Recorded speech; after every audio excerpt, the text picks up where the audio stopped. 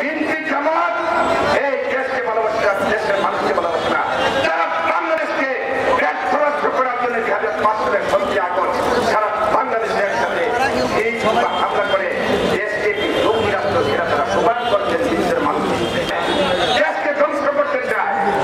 সংগত কারণে বাংলার মুক্তিকামী জনতা, মুক্তিযুদ্ধের পক্ষের মানুষ যারা 30 লক্ষ শহীদের রক্তের বিনিময়ে 2 লক্ষ মা বোনের ইজ্জতের বিনিময়ে যে বাংলাদেশ সৃষ্টি হয়েছে, সে বাংলাদেশকে ধ্বংস করার জন্য বিএনপি জন্মগ্রহণ করেছে। সে বাংলাদেশের স্বাধীনতাকে ধ্বংস করার জন্য বিএনপির জন্মগ্রহণ হয়েছে। সেই বাংলাদেশের অগ্রগতিকে দাবিয়ে রাখার জন্য বিএনপির জন্মগ্রহণ হয়েছে। আপনারা